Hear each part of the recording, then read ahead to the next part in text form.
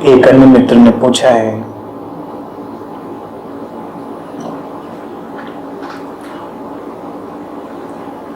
आपने कहीं कहा है कि स्वर्ग कहीं आकाश में नहीं वरन एक मनोदशा है। इस पर कृपया और प्रकाश डालें।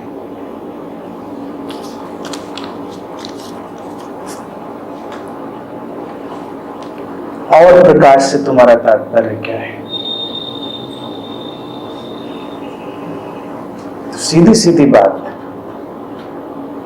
सीधी सीधी बातों को उलझाने की कोशिश मत करो। मनुष्य को एक और बीमारी से सावधान रहना है, समझने की बीमारी से। जीने की कोशिश करो, समझने की कम।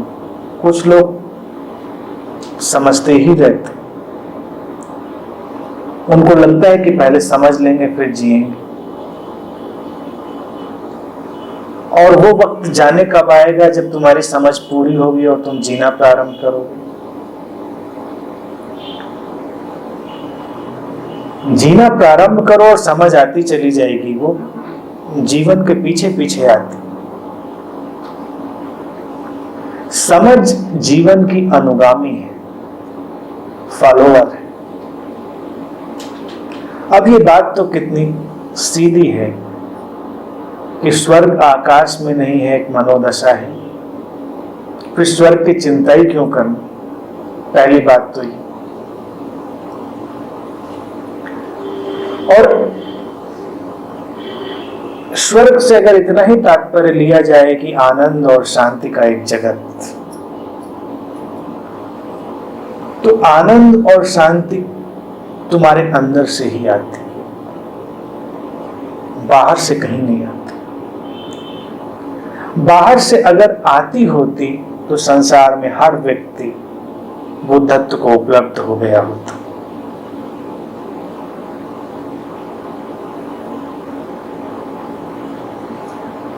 स्पष्टता इसमें इसलिए है कि अगर आकाश में है, कहीं बाहर है, तो तुम वहां जाने की तैयारी करो, तो वहां तो जा नहीं रहो।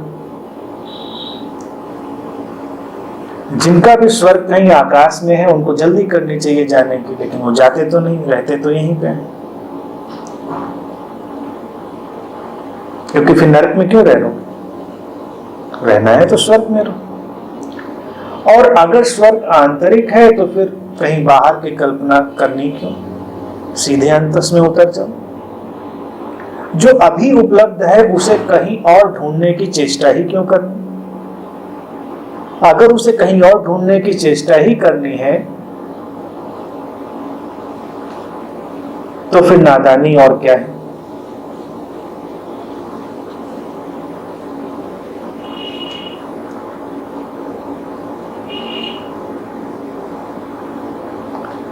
व्यक्ति की समस्या यही है कि वो जीवन को स्थगित करता रहता है, कभी इस बहाने से कभी उस बहाने से। और जीवन इतना कम है, जीवन इतना अल्प है कि तुम सोच भी नहीं सकते।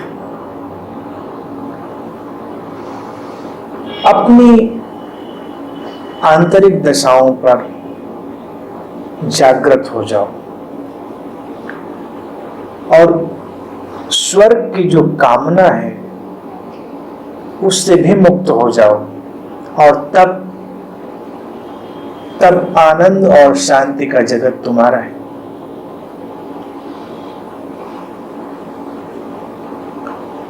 उसे स्थगित मत करो।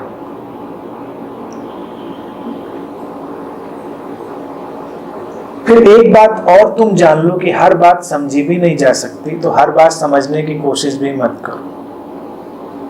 कुछ बातें रहस्य के घेरे में ही रहती हैं,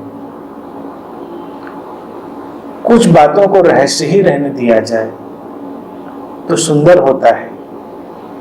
और जीवन सुंदर ही तब होता है जब जीवन में कुछ रहस्य भी होता है, या कहें कि सौंदर्य ही रहस्यमय होता है। या रहस्य ही सौंदर्य जैसा जान पड़ता है। ये सब मिली जुली बात है।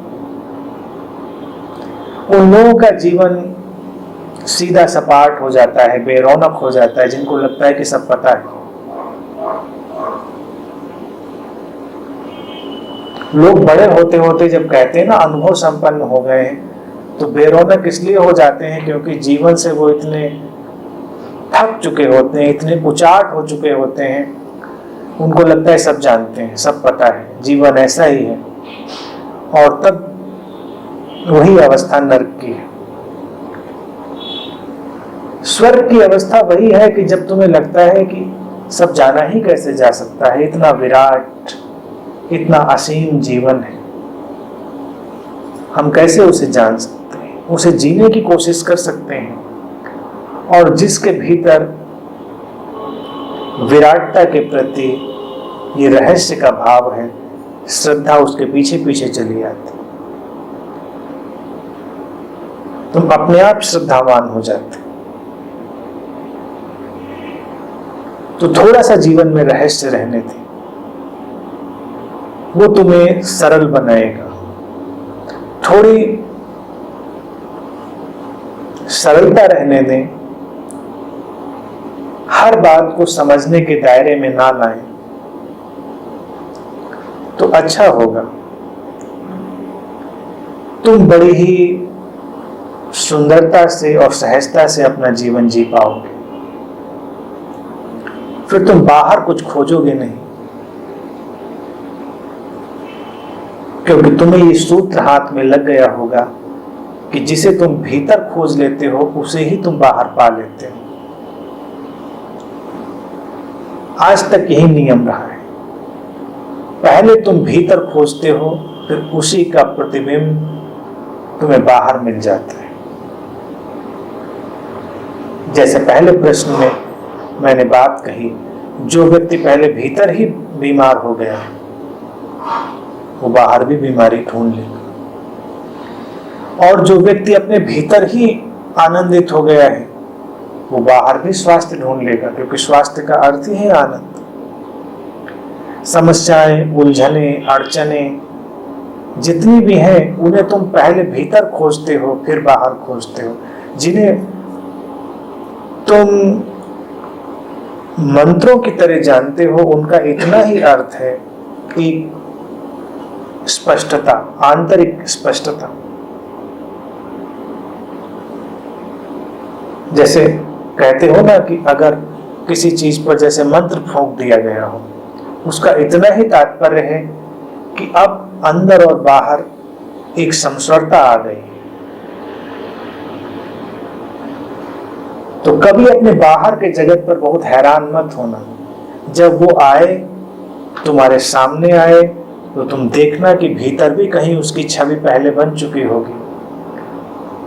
बाहर तो बस वो निकल कर फैल गया है, अपने दोस्तों को, दुश्मनों को, अपने मार्ग के अवरोधों को, अपनी सफलताओं असफलताओं को, सबको देखना।